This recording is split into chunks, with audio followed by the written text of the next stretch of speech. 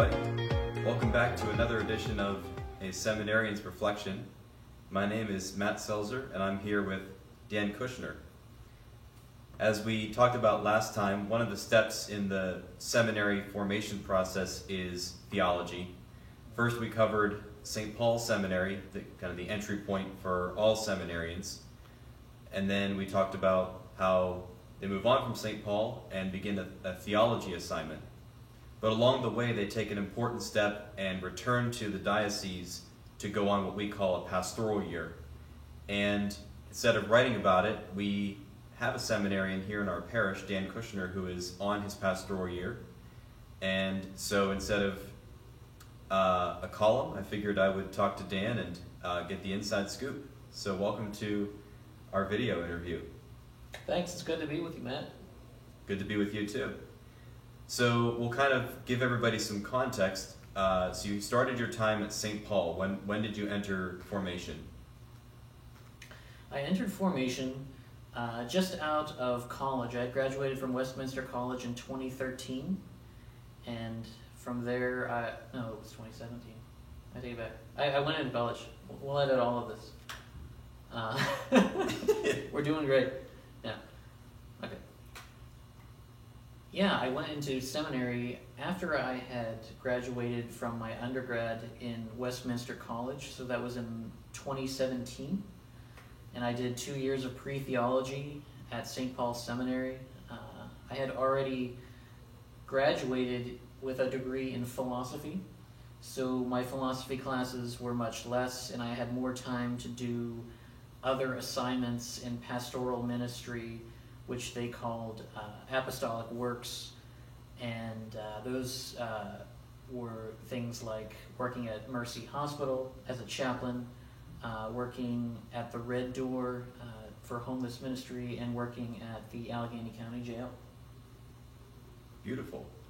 So you did 2 years of pre-theology at St. Paul, and then what happened after that? You moved into a theology assignment, right? That's right. So after you do 2 years of pre-theology, the bishop decides if he wants you to move on. It's part of the discernment process. We're discerning the priesthood, but in the same way the church is discerning us.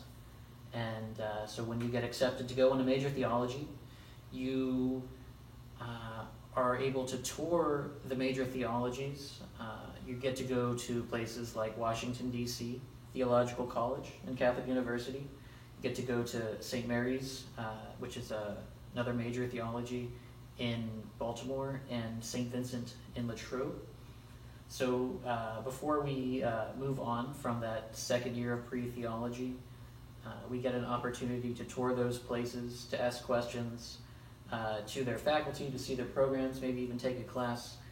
And in that time, we also pray and discern where we think God is calling us to go. And then we write a list of our preferences, which we give to the bishop. We talk with the bishop, and in the end, he has the final decision of where we go. And that is revealed to us at the end of the academic year. And so you were assigned to? I was assigned to Theological College and Catholic University in Washington, D.C. Beautiful. I think that, as you mentioned, being able to visit them, I think I might have visited you when it was time for me to apply. That's right. Yeah. On my own and move forward in the process. So I think I remember meeting you seeing you down there in D.C. That's right. Yeah. So right away, you go into major theology, and then you got to be a good host for the other people to come. And we've had a consistent Pittsburgh community at Theological College. And that's been a great part of major seminary, is even though we're with a lot of other seminarians from across the country, we still have a good community of guys from our own diocese.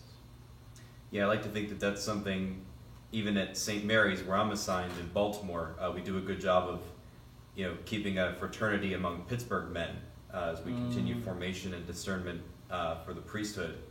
Because one day, God willing, we'll be brother priests. And so we value fraternity, and we try to cultivate that even away from the diocese. So you were at Theological College then for 2 years. That's right. and then you moved into, again, what we call the pastoral year. So what was the process moving away from theological college and transitioning into your pastoral year? What did that look like?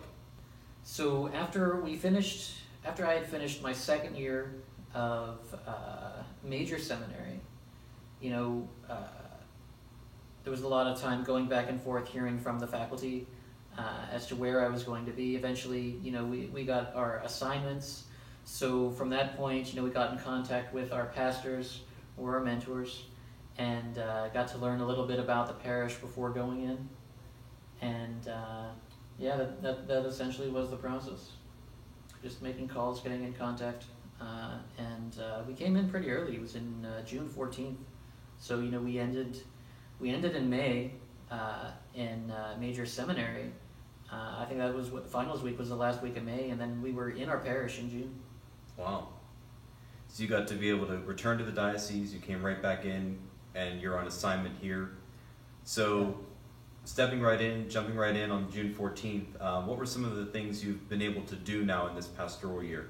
I've had the opportunity to do a lot of things. I think consistently what has been very helpful in major seminary in Our Lady of Mount Carmel Parish has been, just to serve Mass every single day.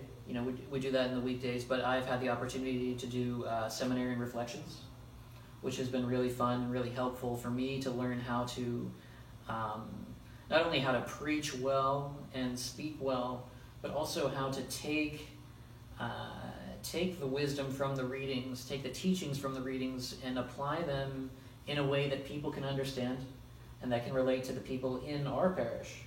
Because as you learn, like through your time in a parish, you have to understand your own people, where they're coming from, what they need, and how that scripture relates to them in their days. I've done plenty of other things in the parish. I did VBS. I did one of our ministries is called the Spark of Hope, and that's a food truck that goes around and actually takes food from supermarkets like Giant Eagle and gives them to food banks and shelters throughout Allegheny County. We have ministries like that. I've been a part of RCIA, and also, of course, I've been teaching at Holy Cross Academy, which is our elementary school, which is actually belongs to the diocese, but it's kind of in some ways under our care. And so I've been able to teach there a lot. And so those teaching opportunities, preaching opportunities are especially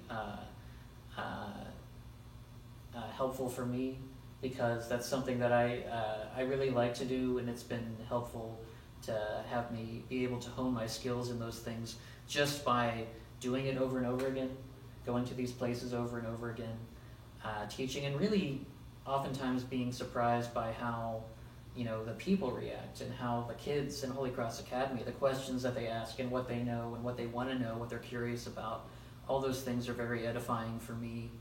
And that's been a great part of this experience that you don't get when you're in minor seminary or even in major seminary. In school, you're just in school, you're studying, but you're not so much with the people, specifically your people in your diocese.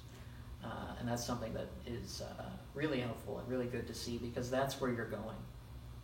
We're gonna be priests of the Diocese of Pittsburgh, right? And being in Pittsburgh is that much more helpful and edifying. Yeah, I would agree that for all the classes we take church history, we take theology, morality classes, scripture, but in some ways none of that can prepare you for the real life experience that the parish offers. People come to you with important questions based on what you've reflected on or what the priests are saying, and so I imagine it's very helpful to now dive into the life of the people. Absolutely. And in a lot of ways you can see, as you do more sacraments with priests and some like paraliturgies that you can do, like for example, I facilitated many what are called committals. And so that's when, someone has died And after the funeral, we take them to the cemetery and we're committing them to the ground. And there's a certain rite and there's prayers that I can read and I can do blessings and even give a little reflection at that time for the people. And you see people in these situations specifically who oftentimes don't go to church. Oftentimes They don't know the Our Father. Oftentimes they don't really have any faith at all, but they're there for their parents, they're there for their family, and those times you get a special snapshot of where these people are and finding ways to talk to them about these things, about death, which obviously we all have to think about at some point, and there are like special opportunities to evangelize and just to show people, what this faith is and that it's still alive and there's still people such as ourselves, who are going into this church of ours. Absolutely. Well said. What's been maybe the most rewarding experience or one of the things you'll remember as you begin to transition maybe back into the classroom? Yeah. One of the most rewarding experiences was at Holy Cross Academy. I was really nervous going into teaching kids because I'm not really good with kids. I wasn't really good at relating to kids because I've spent a lot of time in academia talking about metaphysics and eschatology and Christology and things like very complex and not easy to break down and explain, at least not for me right now. And so I wondered how I was going to do trying to talk about these things with kids and just how to get them engaged and how to get people learning but still kind of having fun even. And there was a time I think I was with the 6th graders, and the first time I talked to them, they were all asleep. That I was getting nothing. I was trying to say something inspiring or something helpful, and nothing really happened. But the next time I came, I decided to do a game. I created one myself. I called it True Bible, and so I would divide them into teams, which is always important when you're teaching kids. You need to play them off of each other. Divide them, and make them fight each other. And so I divided them into teams. And so I would ask a question. I would give a statement, and I would say, "Is this true or false?" So I would say something like, "In the Bible, there is a talking donkey. True or false?" And so they would have time to debate, and there'd be a speaker for each team, and they'd have to come up and give, is it true or is it false? And so I would say then whether or not the answer was true, and if it was true, obviously they get a point. But if it's false, they don't. But if it's true and somebody said that it's false, they all get a chance to get points because I will give the verse, and they all have to look in their Bibles and find it. And so I don't know if that sounds fun or not, but what happened was people became super competitive. They were super engaged. They were super involved. Everyone was running, and I think they even learned some things too that they didn't even realize were in the Bible. And maybe for the first time, they started to find their way around Scripture, which is something I'm really passionate about, is that people can just open the Bible and see what's in there. And it was really successful. And just coming after that game, and everyone just wanted more, that was a really rewarding experience, because it was like finally, finding a way to wake these kids up and to get them enjoying our faith, Scripture, which is so important that oftentimes we overlook or just discount. That sounds like a really cool game and a really cool experience. I mean, it worked. I mean, yeah. So. Well, thank you so much for sharing your experience of pastoral year and reflecting on it with us. We appreciate you taking the time and Absolutely. Praying for you as you begin to move back into theology classes in the fall. Yeah. Thank you.